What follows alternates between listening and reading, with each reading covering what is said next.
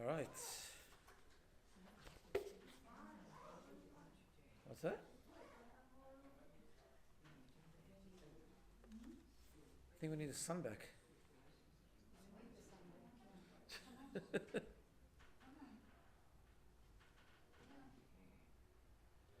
All right.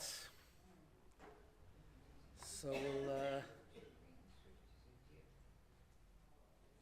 do the week 2. Today is week 2 of the Kabbalah of animals.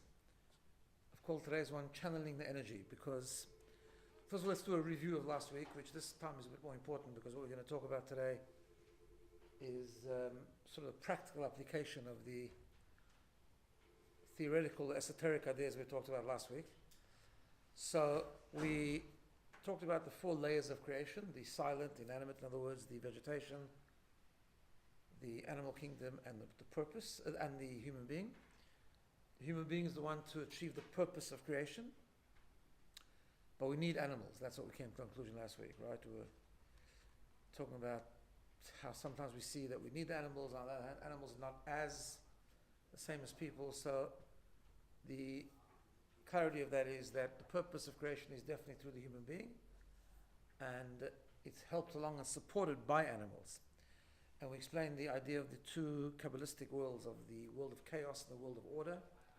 Before God chose to manifest himself in an orderly structure of 10 powers, there was this idea of the world of chaos, the very explosive, impulsive, emotional world, so to speak, which has very, very strong power, which is even higher in a way than preceded and stronger and more powerful in the world of order.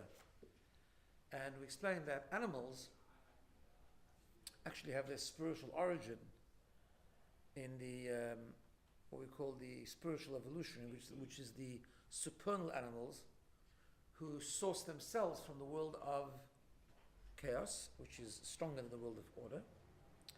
And from the supernal animals, the angels and so on, they evolve into the actual animals that we have today, which are impulsive, self-centered, emotional. That's what animals are, right? But they have a lot of good things which we'll talk about. But we are strengthened by the animals and by the power and the passion of the animals. Just the only thing is that we have to channel them correctly. We have to channel the energy from the animals correctly and absorb it into the world of order so that we can use it, be supported by it, and then strengthen the world of order and the purpose and the meaning that we bring into the world. Just before we continue into today's discussion, just a reminder, next Thursday we're going to just do a one-off. It was supposed to be 2 weeks, but we shifted everything over a week. I was going to do 2 weeks of moral dilemmas, but I'll just do one. And then the week after, we're starting a 3-week series before Rosh Hashanah, which I've called Festival Symbols, Meaning and Mystery. We've done a similar thing in years past where we took some of the things of the high holidays. We're not going to do apple and honey this time because I think we've done that quite a lot. But we'll take other stuff that people are familiar with but not necessarily familiar with the depth and the lessons that we can learn going into a new year. We start, the month of Elul begins next week, which is the month of preparation and reflection, gearing up to Rosh Hashanah Yom Kippur. We talk about this every year. The year of Elul is a very special year. I'm only highlighting this because we're preparing a really busy program all the way through Elul and through the high holidays. So check the WhatsApps, check the emails, and come along, mainly. Bring other people with you. Let's make it a big Elul. Okay. So today I want to look at 4 animals. There's a reason why I'm choosing these 4, because they come together in a fairly famous passage from Pirkei Avot, the Ethics of the Fathers. And they also provide quite a good framework for this idea of channeling the energy appropriately. I say that because, just as introduction, when we talk about channeling the energy of animals into and absorbing them into our experience, it's learning from the animal, not becoming an animal, right? That's I think the best way to put it. In other words, animals are fairly impulsive beings. They're fairly self-centered, actually. And there's a reason for that, because humility can only come through intelligence. When you understand that there's something beyond yourself, when you understand that sometimes you need to make decisions that are not in line with your feeling or your impulse at the time, right?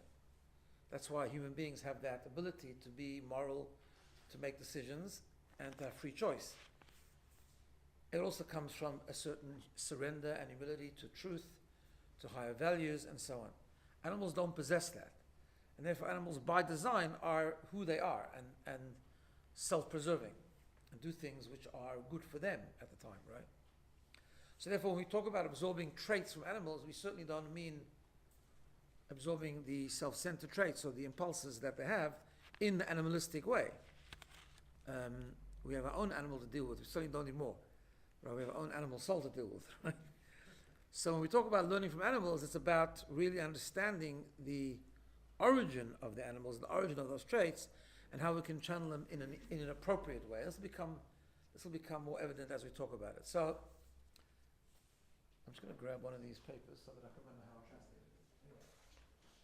So there's a famous passage in Pirkei Avot, in the Passage of the Fathers, in the Ethics of the Fathers, I mean, that is authored by Rabbi Yehuda ben Tema.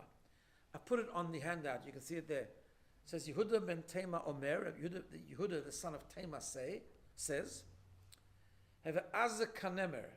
One should be brazen and bold like a leopard, right? Kal kanesha. One should be as light as an eagle, swift as a deer, and gibor ka'ari, strong or mighty as a lion, to do the will of our Father in heaven." That was the passage, right?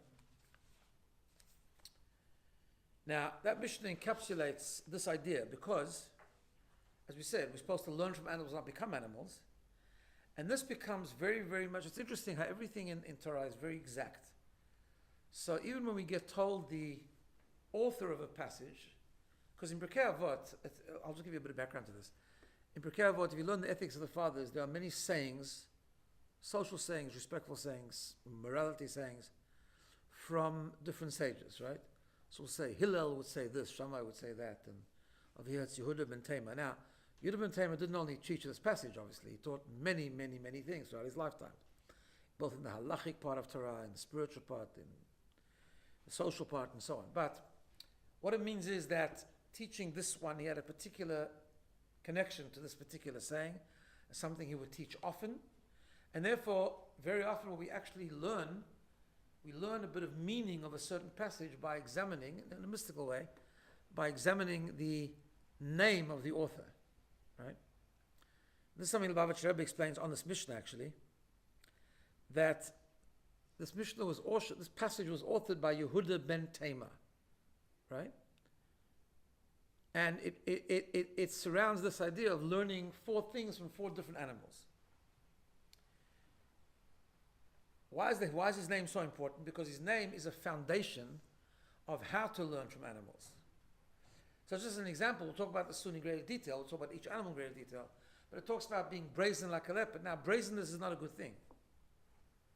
Normally, it's arrogance, it's brazenness, it's chutzpah, right? In fact, the same Yehuda ben Tema carries on the passage, which I didn't copy because it's not relevant to our discussion today, and he says that brazenness is actually a terrible thing. And he says those that are brazen end up in Gehinnom, as he calls it, right? And those that are boshet panim, those that are more bashful and sort of sensitive and refined, end up in Gan Eden. So brazenness is actually a terrible thing. And yet he starts off the passage by saying that we need to learn brazenness from a leopard. Yeah? But we can do that, and we'll see how we do that in a minute, and use it for positive, if we preface it by what he stood for himself. What did he stand for? He says his name is Yehuda ben Tema. So in Hasidic philosophy, they talk about the name Yehuda, which comes from the same word as modeh, like modeh ani, which besides being praising or thanking, it actually means to surrender, which we've often talked about this. We talk about the idea of bitul, of negation of ego and surrendering to something else and surrendering to God. right? That's what we do in the morning. We say Modeh Ani. We actually not just thanking God, but as the Hasidic masters explain, we're surrendering to God, right? We're waking up in the morning and we're saying to God, look, me and you have a difference in perspective here. We look at the world a bit differently than you do, right? When we wake up in the morning, what's our reality is, the hot cereal that's on the table for breakfast. What's your reality is godliness. It's a different reality, right? For us, godliness is a bit of a concept that's abstract. But when we say, Hasidic Master explain, when we say Modeh Ani in the morning, it's not just thanking God for giving us another day. It's actually surrendering to God, right? Surrendering to come around, to look at things the way He looks at it. So that's the name Yehuda. Yehuda means we submit, we surrender.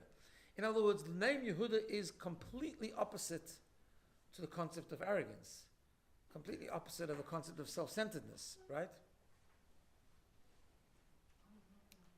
There's more there on the table, just in front of you. Yeah. There's more there, Rabbi? Right there. Yeah. Right, so it's actually, Yehuda, the name Yehuda is actually a symbol of humility, right? In other words, to understand this passage about learning from animals, we have to preface it by the innate surrender that we have from our soul to God. To not look at things in a self-centered way, not look at things in an egocentric way, but look at things of how can we use them for a higher purpose. So we're going to learn brazenness from a leopard, but the leopard doesn't have it, the leopard has it in a very egocentric way. We need to take that brazenness and understand how we apply it in the journey of learning and channeling the energy from animals, but how we apply it in a surrendered way, in a humble way, in a way that we think about higher purpose beyond ourselves, rather than using it in an impulsive, self-centered way. Am I making sense? Yeah? Okay. And then he says, what's the idea of Ben Tema? Why do we need to know his father's name? So in Aramaic, the word Tema means to express it, right? Tema means to say, to express, to manifest. So Yehuda means surrender and Tema means to manifest. Meaning, as the Rabbi explains in this talk, that sometimes people have a sense of humility, but they have a sense of humility when they're feeling very humble. Like they might daven in the morning or say Modeh Ani. And at that point, the innate humility of the soul is there and we feel it. But then when we go about our day and we go through the journey and the routine of the day, somehow that humility takes backstage and doesn't express itself in every single part of the day, right? So Yehuda ben Tema is telling us, before we start learning from the animals, here's the rule. Number one, you need to discover and connect to that Yehuda, that surrender, that humility, that submission to something higher than ourselves. And you have to make sure that you carry it with you and you remember it all the time as you go through the experience of the day and you learn from the different animals. Tema, that humility has to express itself in everything that you apply. It's a very beautiful introduction to learning from animals. Okay?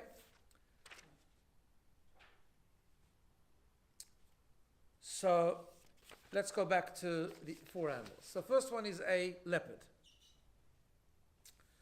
So apparently leopards have a lot of chutzpah. I'm not very familiar with animals, but and as we said, chutzpah generally is a bad thing. It's arrogance. Chutzpah, it's interesting to define what chutzpah means, right? How would you define chutzpah? Cheeky. Yeah, cheeky, but what is it? It's not just disrespect, although it normally is disrespect as well. The negative connotation. Yeah, the negative connotation. Audacity. Sorry, audacity. I think your chutzpah can be good, can't It could be, we're going to talk about good chutzpah in a minute, right? Yeah, I mean, from the point of view of sometimes it's important to speak out. Yeah. That's what we're going to talk about. That's what we have to learn from the leopard. Yeah. But we have to make sure that we're doing good chutzpah, not bad chutzpah. Because when we talk about negative chutzpah, no negative chutzpah means a tremendous putting forward of self to the point of disregarding anything else, right? So it's interesting that people who have a lot of chutzpah or brazenness often are overconfident, often have no regard for other people, and it's all about them, right? It's a very sort of wrong application of arrogance, right? And it's it's normally people who have no inhibitions, but in a negative way. I mean, having no inhibitions can be good sometimes, but it's like having no inhibition, therefore not even being sensitive to other people, just say what they want, have no tact. You know, it's all part of brazenness, right? All part of chutzpah. But they sometimes achieve a lot more by being chutzpahdik than other people. That's a. I know. Which way Oh. to look at that. No, hold on a second. Sorry? Isn't that what you mean by good? No, because it's interesting you say they achieve more. They do, often. You know, I don't know if you remember, we once did a series on narcissism, right? And there was an interesting study about narcissistic people that they often make it very quickly to the top of the ladder in the corporate world. Right? We're studying that. But they're also the quickest to go. Right? Because achieving a lot is very important, but it's not always a good thing. You lose a lot along the way. You lose a lot, you can lose friends, you can lose other people, you can lose a lot of good values, as we'll soon see with regard to something we learned from the other animals actually. Right? It's when the focus is just me and what I'm going to achieve, you end up achieving a lot very quickly until people see through it. Right? And then you lose it as quickly as you made it, right? Now, you need chutzpah to achieve, but then that's good chutzpah. What I'm saying, but you see, the disregard for others is a real problem because, and the lack of tact with disregard to what other people think or feel, often or you know, the ambition that comes from without any consideration what other people are feeling, or you know, it's kind of offensive and it's kind of damaging a lot of times, right? Because on the one hand, we are taught, Pirkei Avot teaches us elsewhere. In fact, it's even earlier on in Pirkei Avot, where the great Rabbi taught that what is the good path for people to take, to do things which are honorable to them, honorable to other people, honorable to God. In other words, we live with higher values, we live with good things, but also we consider the dignity of others while we're doing that, right? In the best possible way. Now, it's not always possible. Sometimes we know we have to do the right thing whether other people like it or not, but we do consider others when we do things, and that's an important part, right? Also, we know that I'm talking about manifestations of chutzpah in a bad way. For example, we know that it's also good to be self-aware. Often people with tremendous chutzpah are not self-aware at all, right? In other words, they just, I mean, we all have a bit of this, I suppose, but hopefully not too much. But right? I mean, there's a lot of lack of self-awareness that happens as well, where people do things, people climb to the top, people assume positions, people try to achieve things, and they're just not, it's not them, like they're not cut out for it at all. And do a lot of damage. I mean, politicians do this really well, but often, right? But you end up damaging. You end up doing things that are correct. That's why it's a lack of humility, really. Yeah. But you can achieve without having that. Yeah, you can. Of course you can. Yeah. Also, you isolate yourself if you like it. Correct. That's what I'm saying. It's all negative, really. Isolate yourself. Yeah. Correct. But there's good chutzpah, right? And that's the chutzpah we have to learn from a leopard. So a leopard apparently is not as strong as other animals, apparently. And now, what's interesting also is that there's a commentary on Mishnah, and I'd never heard of this before, and I actually looked it up on Google if it's like a thing today or a thing that people, right? Well, it's interesting to know, but there's a commentary on Pirkei Avot, I think he's like 13th, 14th century. He was a Sephardic rabbi who lived in Italy. He lived in the town of Bartanura, actually. And his name was Rabbi Vadia of Bartanura. And he, on the Mishnah, he has a commentary on Mishnah in general. And he talks about that the namer, the leopard that the Mishnah is talking about, is actually a really funny kind of animal. It's a hybrid resulting of a crossing between a male leopard and a lioness. And I was thinking, what is that? Like, I've never heard of such a thing, right? So I typed in leopard to Google, and it came up with this thing. There's something called a leopon. Have you ever heard of this? Yeah, well, look it up and see. And I'll read it to you. It's a hybrid resulting from a crossing of a male leopard with a lioness. The head of the animal is similar to that of a lion, while the rest of the body carries similarities to leopards.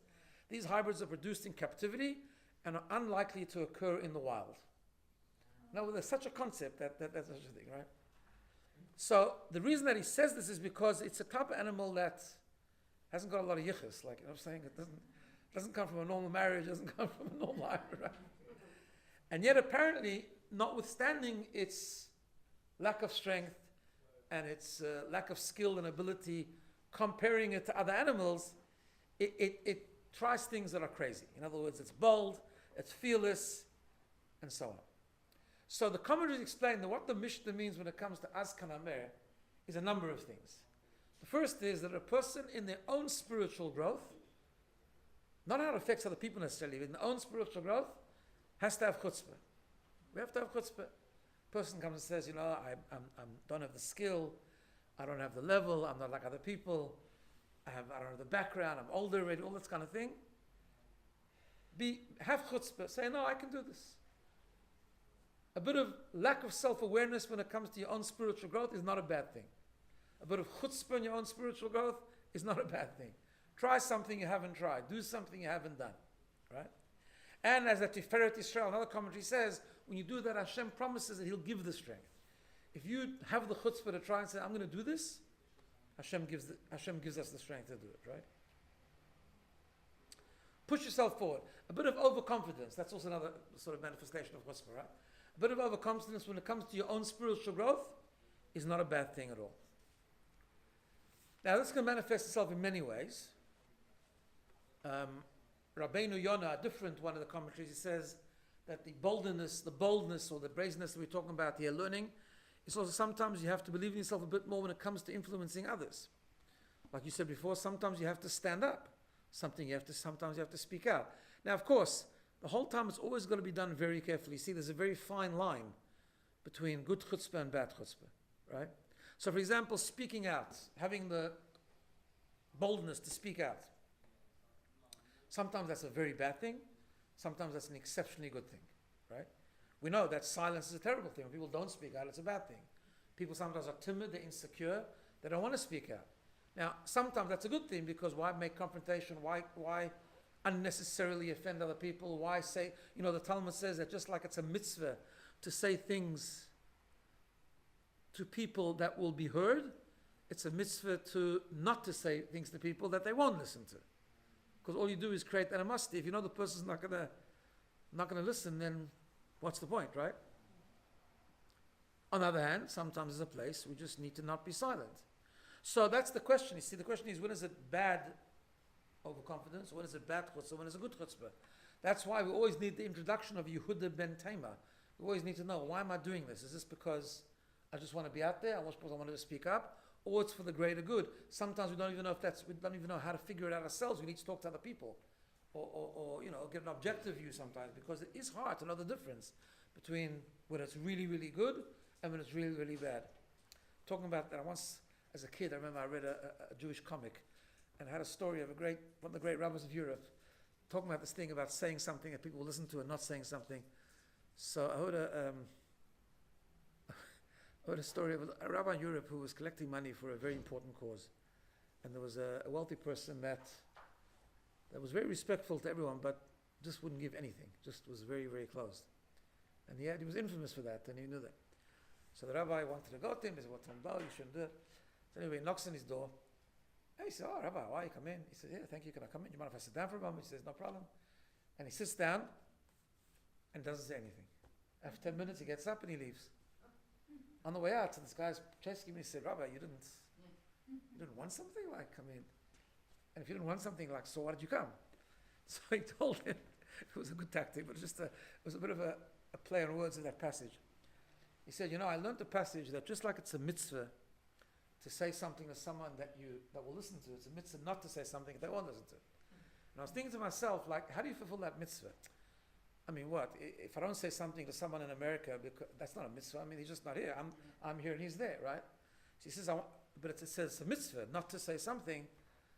It obviously means that the mitzvah is, if you had the opportunity to say it, but you didn't say it, then that's the mitzvah. So he said, I wanted to fulfill that mitzvah. So that's why I needed to come into your house for 10 minutes and then leave.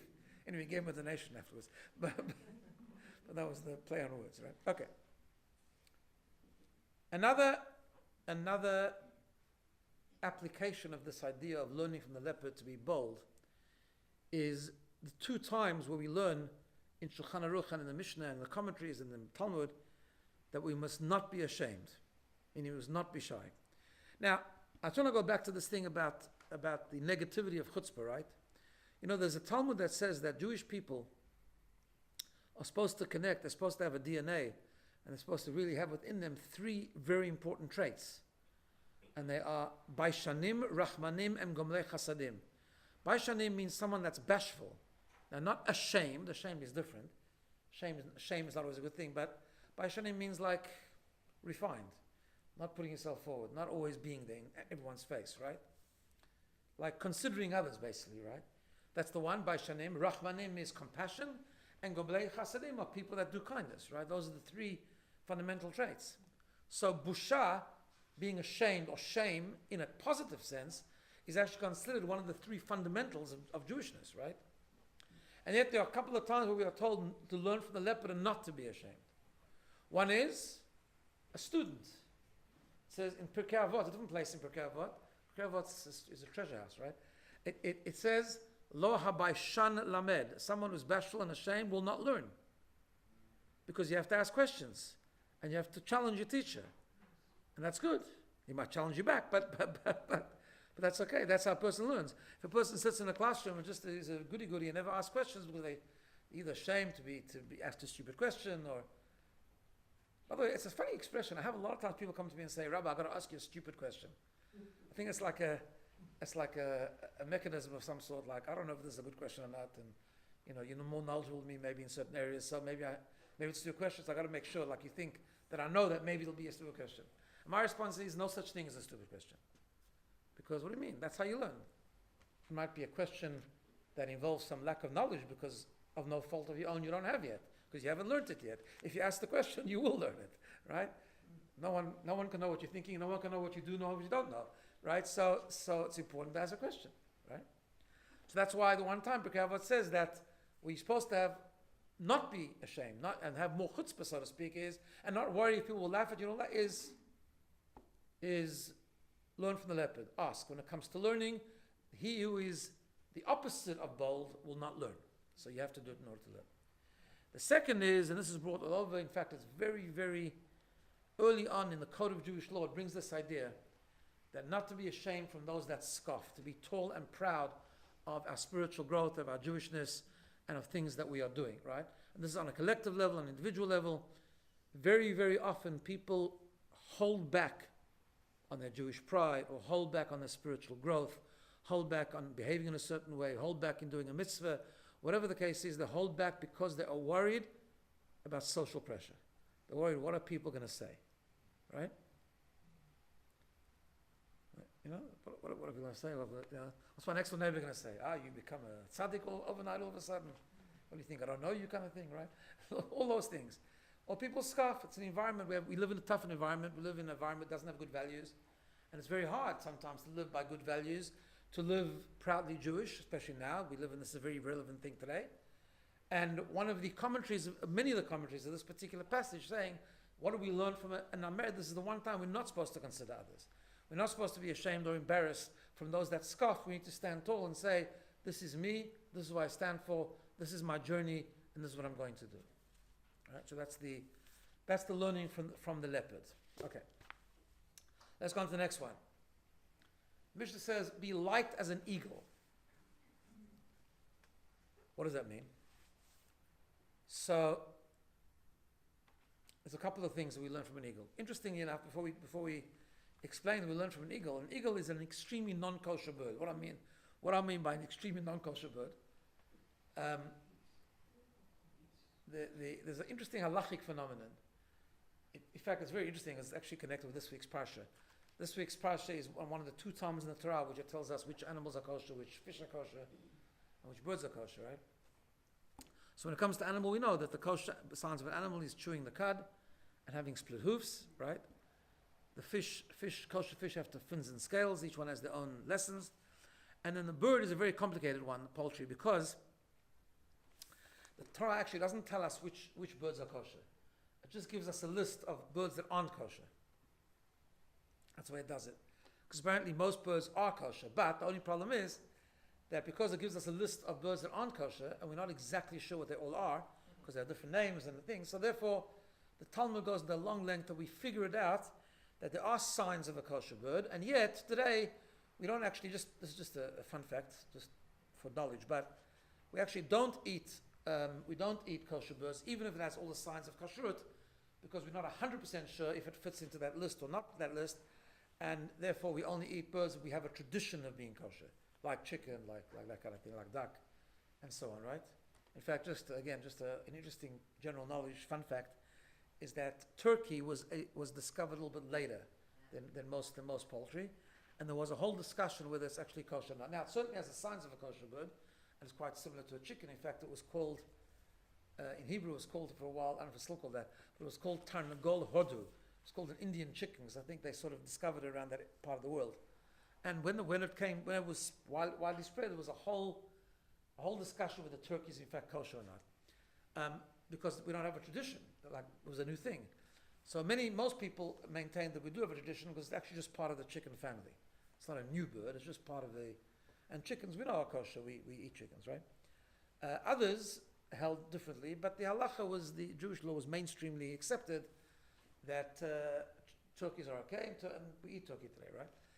But there was one great Kabbalistic sage, his name was the Shalah. He lived in Germany. He actually had a problem with turkey, and he requested his family not to eat turkey. He said, I'm not going to rule on this. I know most people are ruling differently, that it's kosher. And he felt that people should refrain from eating turkey, and his family didn't eat turkey.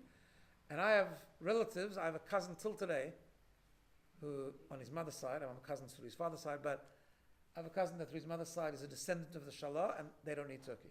Interesting. What was it? Oh yes, now let me go back to why I said that. So, having said that we only eat birds that have a tradition, but there are signs of a kosher bird.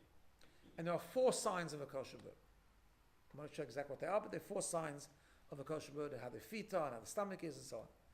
Most non-kosher birds have some of the signs of a kosher bird. 3 out of 4 sometimes, right? The eagle apparently is the only one that has no kosher signs. So it's like a very not kosher bird. And yet it made its way into the Mishnah. This is the idea. The idea is it doesn't matter. If it's a creation from God, there's a lesson to be learned, right?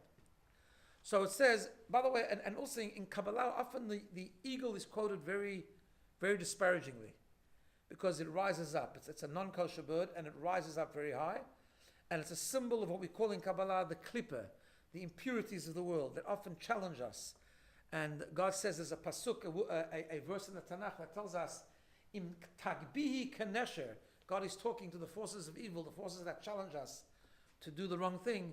If you will lift yourself up with arrogance like an eagle, I will bring you down eventually, says God, right?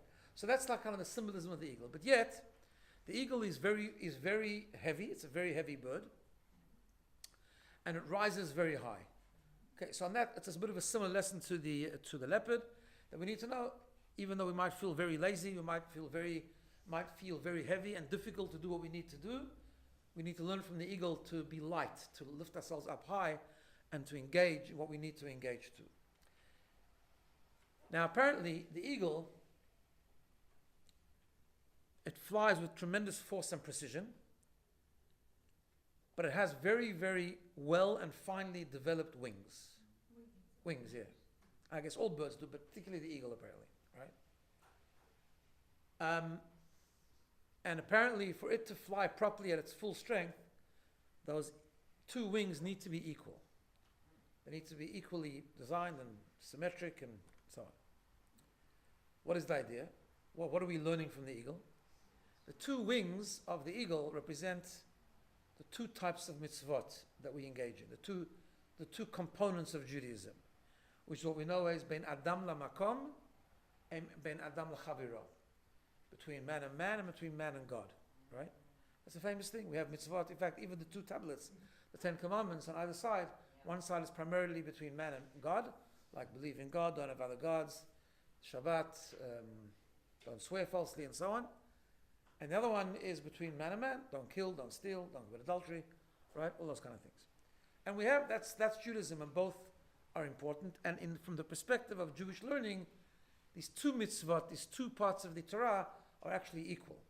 And we only really grow and only really come connected to God when we might not be exactly the same in each one, but we respect them and we value them at the same. We say they're both part and they're both equally important and they're both part of the Torah, right? I've often had people tell me, that the main thing is just to be a good person. I said, can you define good person? Well, I don't need to, engage in any mitzvot. Just be a good person. I said, what's a good person? Oh, not to lie, to be honest, treat people nicely, respectfully, and all that kind of stuff.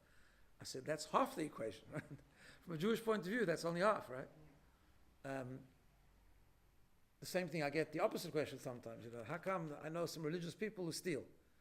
I said, no, you don't. It's not impossible. I said, but I know, I'm telling you, the guy's got a long beard. He's not religious. He can't be religious if he steals. Steals one of the mitzvot of the Torah. What do you mean you're religious and you steal?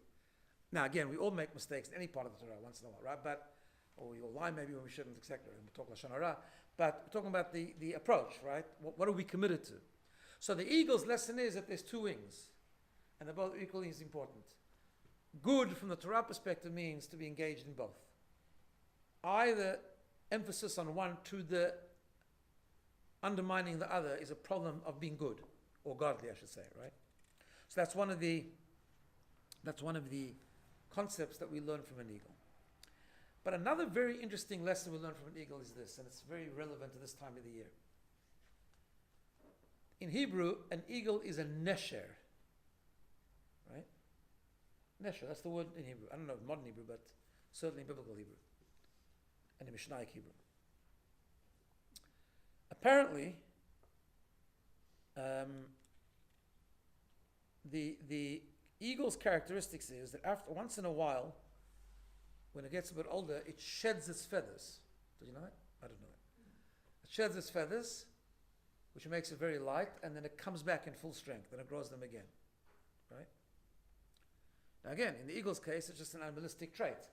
Not good or bad, it's just animalistic, and it's for the purpose of it soaring very high again and climbing very high above all the other animals, which is part of the arrogant characteristic of an eagle. But what we learn from that is the importance of shedding our feathers. Sometimes we get stuck, we get held back, we become spiritually heavy or emotionally heavy, and we just can't seem to move forward because our wings are old and they're stuck they become affected and become damaged, and we've been repeating the same mistakes many, many, many times. The eagle teaches us that we are able to shed our wings, that heaviness should not hold us back, because we can be like an eagle. We can shed those wings and start again, right? That's really, and it's again, nothing happens by chance that we're having this discussion today. This Shabbat, of course, is the Shabbat that gives blessing to the month of Elul. Rosh Chodesh Elul is Sunday and Monday, and we begin the journey between now and Yom Kippur and then Sukkot and so on, right? And it's this time of the year that we're supposed to reflect on the year gone by, and we're supposed to become a little bit better. We're supposed to take upon ourselves an upgrade in our growth, in our Jewish connection, and so on, right? And often we feel stuck. That's the nature of the human being. We just feel completely stuck.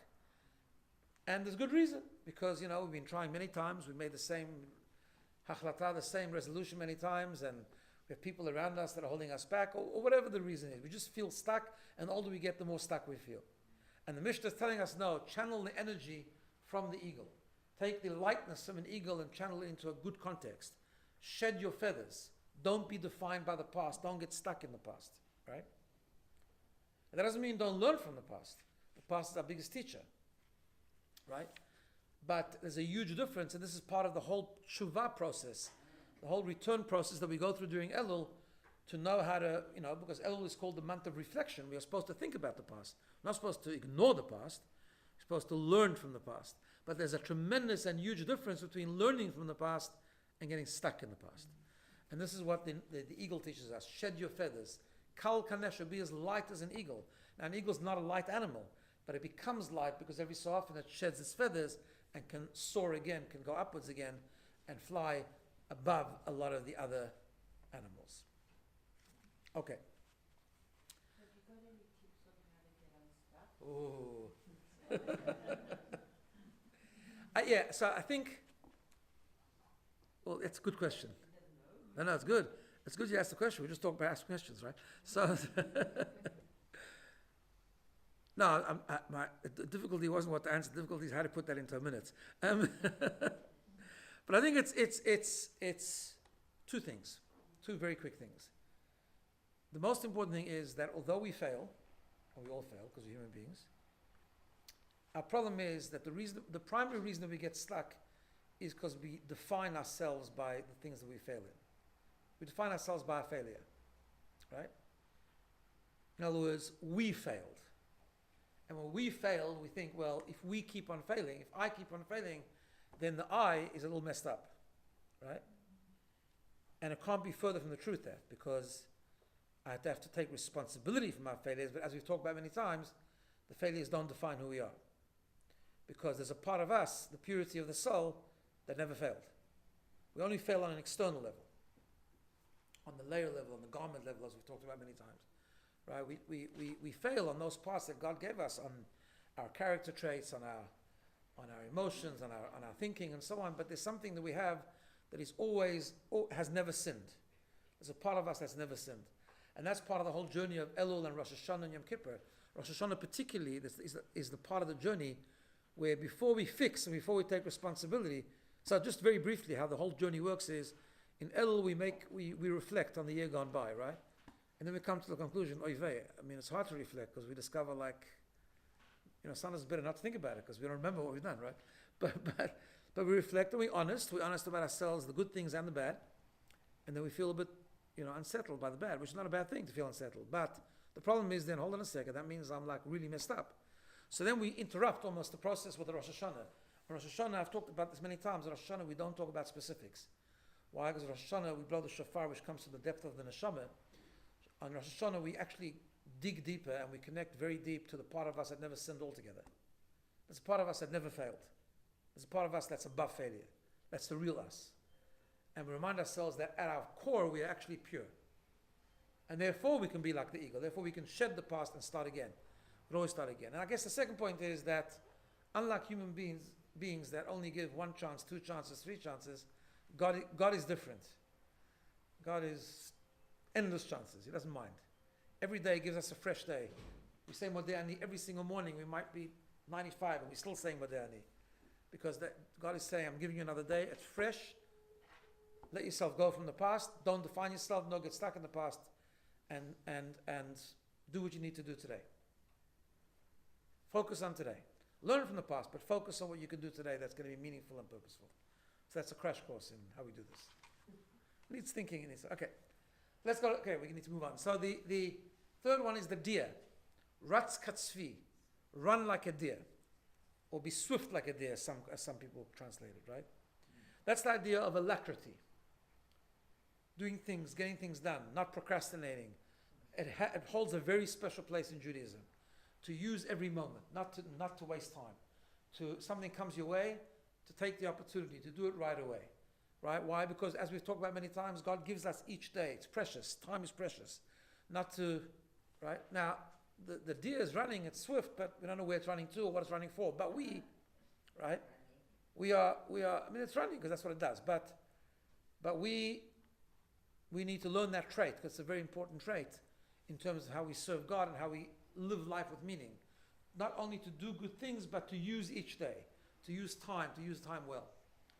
But we also need to understand, this is really important, that being quick, alacrity, doesn't mean rushing. People often confuse the two things.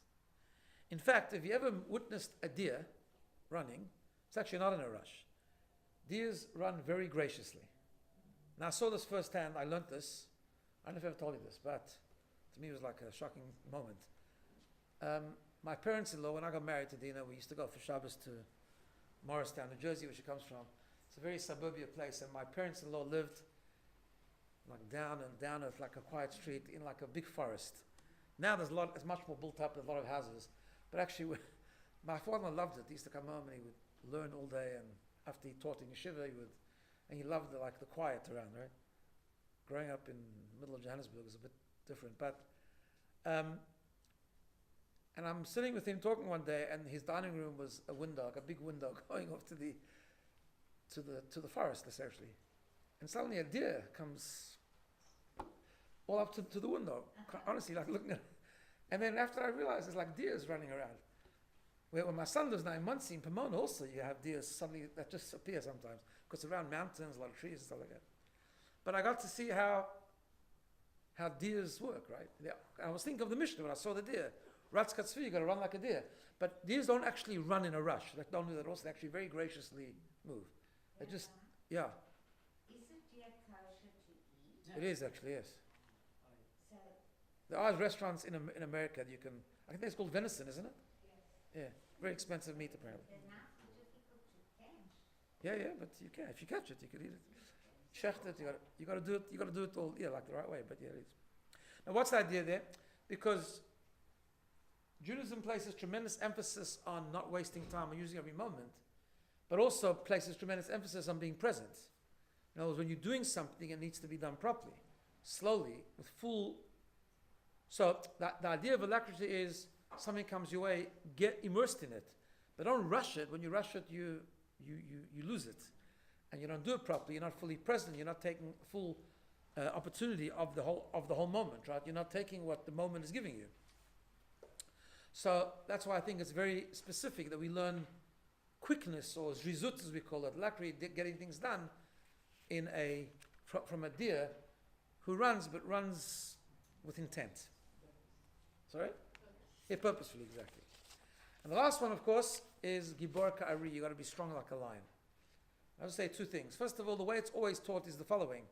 It's got to do with the strength of a lion. Lion gets up in the morning,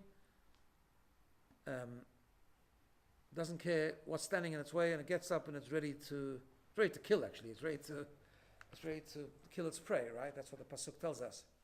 But the way where this is quoted, in fact, it's quoted in the very, very beginning of the Code of Jewish Law. It says we wake up in the morning, we should be gibor ka'ari. We have to have the self-discipline of a lion. It says, like, especially in the winter when, we tempt to just go on the other side and just, it's warm in bed and, maybe we don't have to get up to do what we need to do. Maybe we'll just sloof for another hour, that kind of thing. It says, no, gibor ka'ari, you've got to be strong like a lion, get up. And it's about self-discipline and sense of purpose and know what you're doing. But what's interesting is, and this is very, very relevant today, of course, you know that the war that Israel is fighting at the moment was based on the pasuk that compares Jewish people to a lion, right? And it's a pasuk in the Parsha of Balak where we have the story of Bilam, the non-Jewish prophet that was commissioned by the king Balak to come and curse the Jewish people. And of course, God doesn't let him, and he ends up praising the Jewish people. And he says the following. BINA quoted this a few times lately, because that was it's called Operation Lion.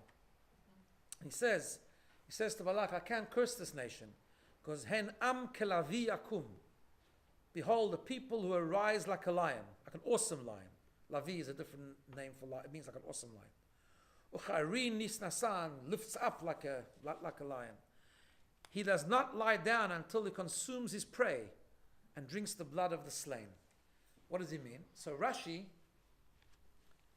says, what does it mean in terms of channeling this something good? Doesn't mean you have to get up to kill someone in the morning. I mean, sometimes you have to fight a war, but for us, what does it mean when we get up in the morning? So Rashi says like this, that what Bilam was saying, look at this nation. When they get up in the morning, they exert themselves with strength, like a lion. To do what? To grab mitzvot, to grab good deeds. Right, that's the prey. In other words, what does that mean to grab? Why is it called prey? Because when we wake up in the morning, there's always going to be challenges. There's always going to be things that are going to stand in our way. Always going to be things that are going to try and prevent us. First of all, internally, we have the Yetzer Hara, the evil inclination. We have temptations from within, and there'll be things from without. But the Jewish people are a nation that they know they have such a sense of purpose that it comes with discipline that they wake up in the morning to grab a mitzvah. What does it mean to grab a mitzvah? So the commentaries explain that grabbing a mitzvah means that you're enthusiastic. In other words, what do I mean grab? It doesn't mean grab it from somewhere else or grab it in a negative sense. Grabbing means you don't put it off.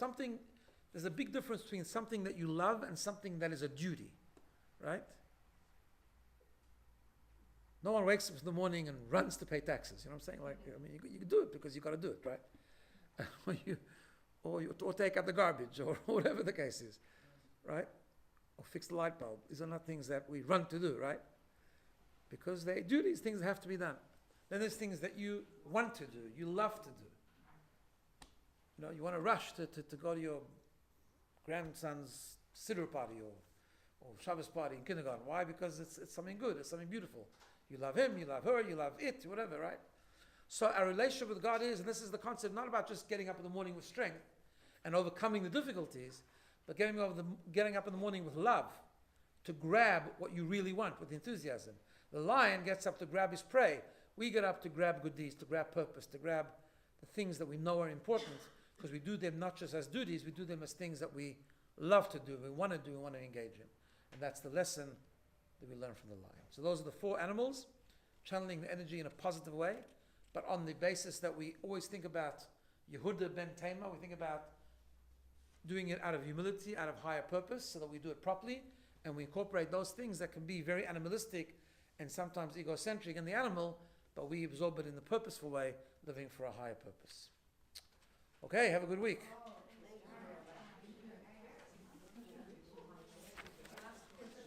Sure. Why would you not use Jewish kosher animals only? Who the You put it in Tamar. Why Ah. would you not? No, that's the point. Point is that everything that in Pirkei Avot later it says, everything that God created was created for a purpose, right? Now, how you apply that purpose is different. So, some animals don't have the spiritual ability to be elevated by eating them, so we don't eat them, right? Not kosher. But nevertheless, even what was the idea? Even something that's completely not kosher possesses the energy that can be channeled. And that's why